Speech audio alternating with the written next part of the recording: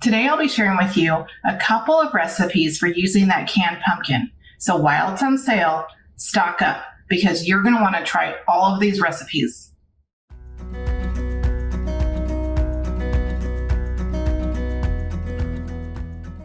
Hi everyone, welcome back to the Empty Pantry, where we turn tight budgets into delicious meals. I'm so glad you joined me today because we are talking about one of my favorite ingredients for fall, pumpkin.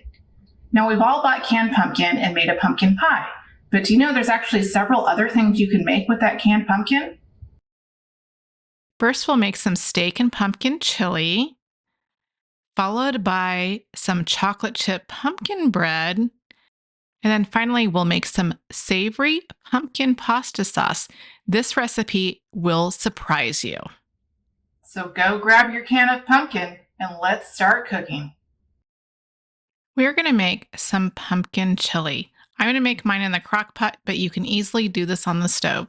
So starting with 1 pound of beef that is stew meat.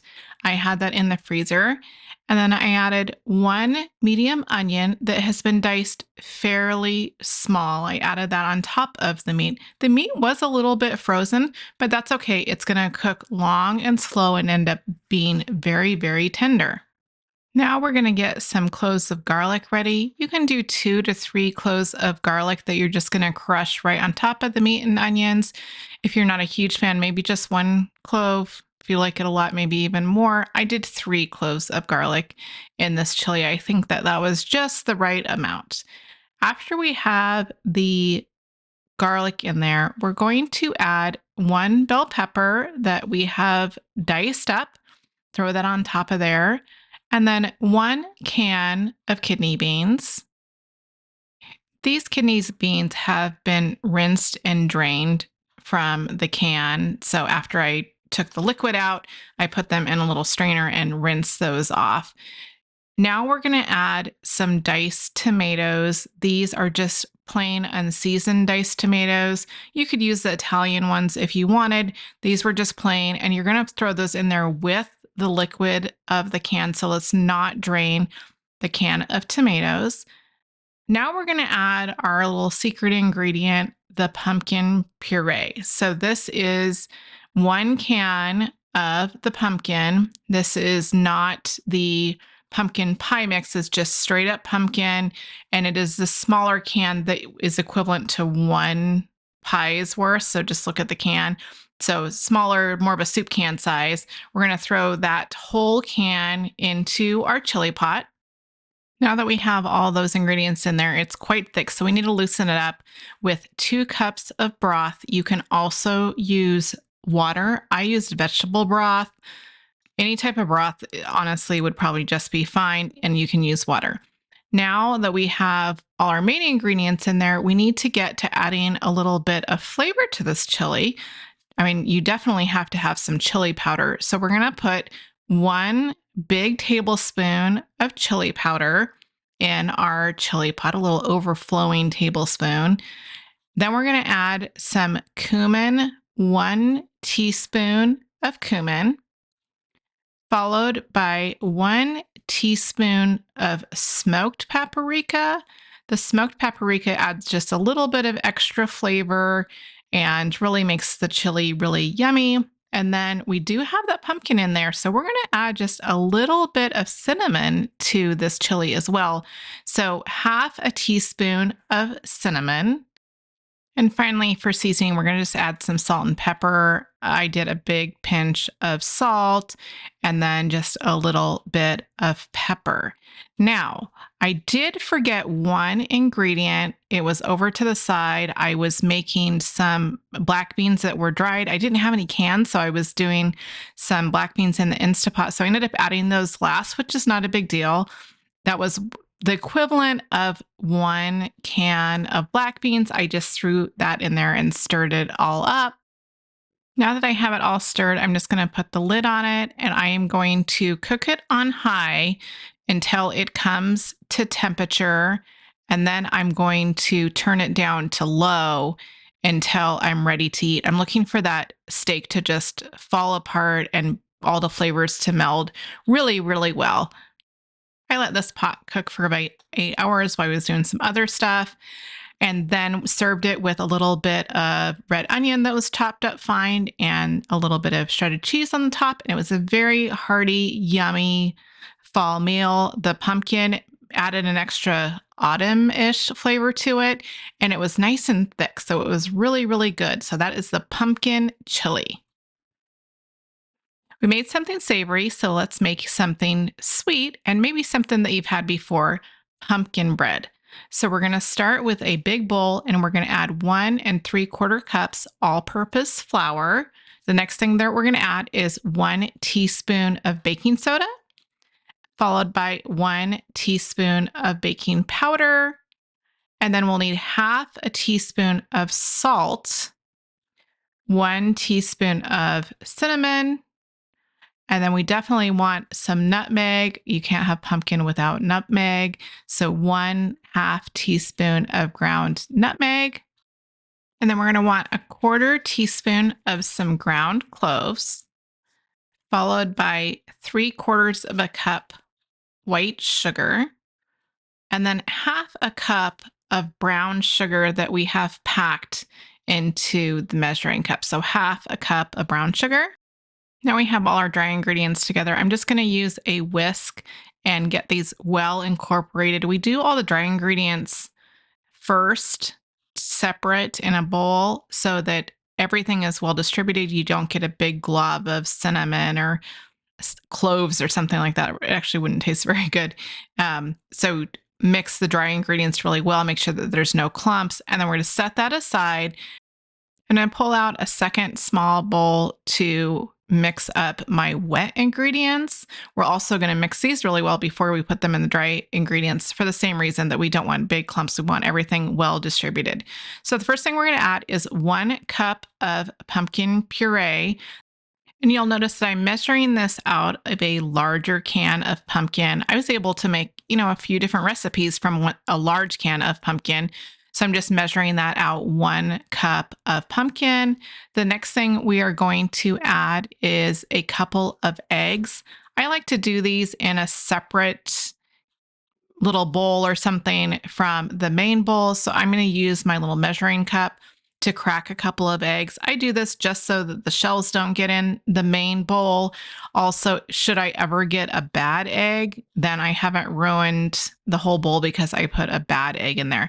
So that's why I do it on the side. So 2 eggs are going to be added to our pumpkin.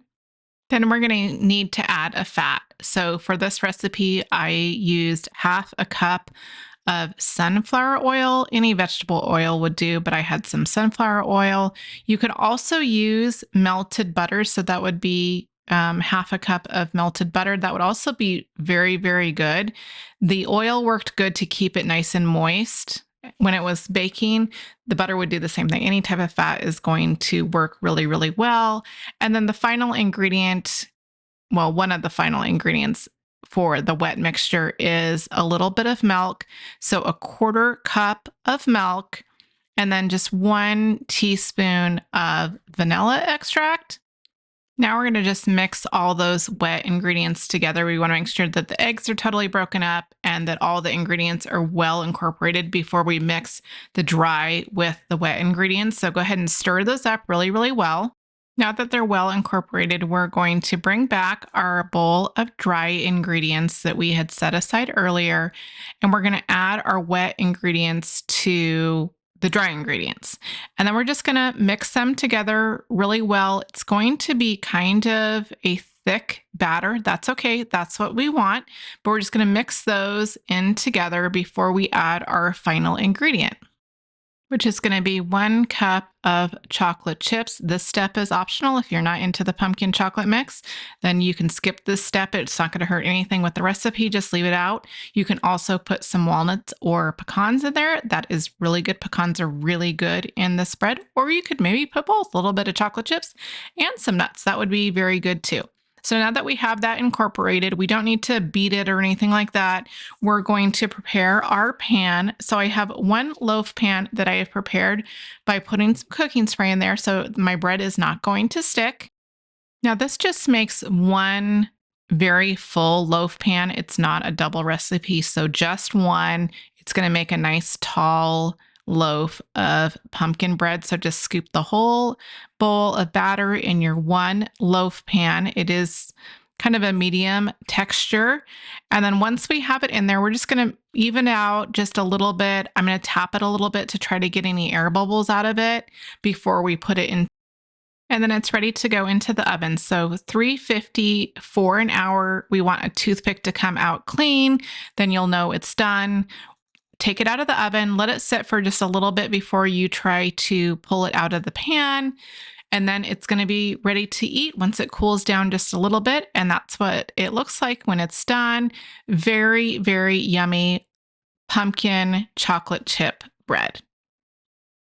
Now back to something savory. So we're going to make a pumpkin pasta sauce. So very unique type of pasta sauce. So we're going to start with one small onion and we're going to dice this fairly small. This is going to be in the sauce. So part of the sauce. So pretty small pieces. We're also going to prepare 2 to 3 cloves of garlic. We're just going to get this ready to go in the pan.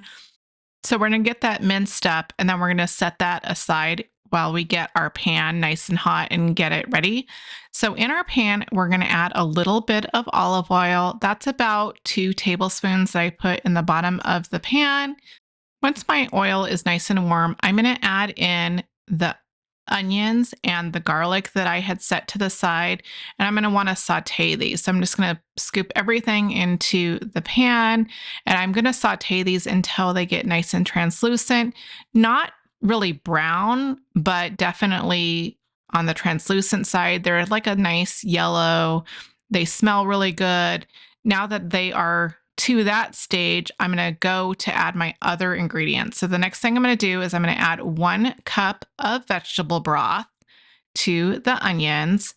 And then I'm going to add 1 cup of pumpkin puree. So I used part of that can that I'd used for the bread to make my sauce. So 1 cup of pumpkin puree. And then I need to add some seasoning to my pasta sauce. So I'm going to add half a teaspoon of dried sage, a 1/4 teaspoon of ground nutmeg, and I'm going to just let that simmer for a little bit, kind of let those flavors meld together. And you'll want to give it a stir every once in a while just to make sure that it's not sticking to the bottom of the pan. So now that that has gone for a little bit, I probably let it go for like 15 minutes. I was standing right there just to make sure that it didn't burn. We're going to add some cream. So 1/2 cup of some heavy cream. You could use half and half if you liked. Then we're going to add some Parmesan cheese. So about a 1/4 cup of Parmesan cheese. If you love cheese, put more in there, make yourself happy. I grated it straight into the dish. You could use the powdered kind if you like, but the fresh one is super yummy. So I used some fresh Parmesan cheese and grated that in there, and then just give it a quick stir. That heavy cream and the Parmesan cheese add a really yummy richness to it, almost I guess like the consistency of an Alfredo sauce, really creamy, rich type of sauce. And that's the sauce. The last thing that we're going to do is add some salt and pepper. So just taste it. It's going to, depending on, the broth you used, how much salt was in that, you're going to salt and pepper it to where it tastes good to you. You're also going to add this to the pasta that had been cooked with salted water. So keep that in mind too. You don't want the sauce over salted when you're still going to add it to the pasta in a minute. Now that you've added that salt and pepper, you are ready to go. So give it a quick taste. Make sure it tastes good. See if you need any more salt or pepper or anything like that. If, more cheese is necessary or something of that nature. And that's your sauce. So we're just going to toss that with some pasta that has been cooked. I did it with some fettuccine and it was absolutely delicious. You could use whatever pasta you have. A penne would be really nice with this, or spaghetti. If that's what you have, then use that. It's a really good sauce. Think about it like an Alfredo sauce. That's the consistency of it. So anything that you would put Alfredo sauce with, this would be really, really good. So there we have our pumpkin pasta sauce. Super, super good. I was surprised how good this pasta sauce is. Thank you so much for watching and being part of the Empty Pantry community. I can't wait to see you next week when I have more recipes to share with you. So until then, happy fall, happy cooking. Bye.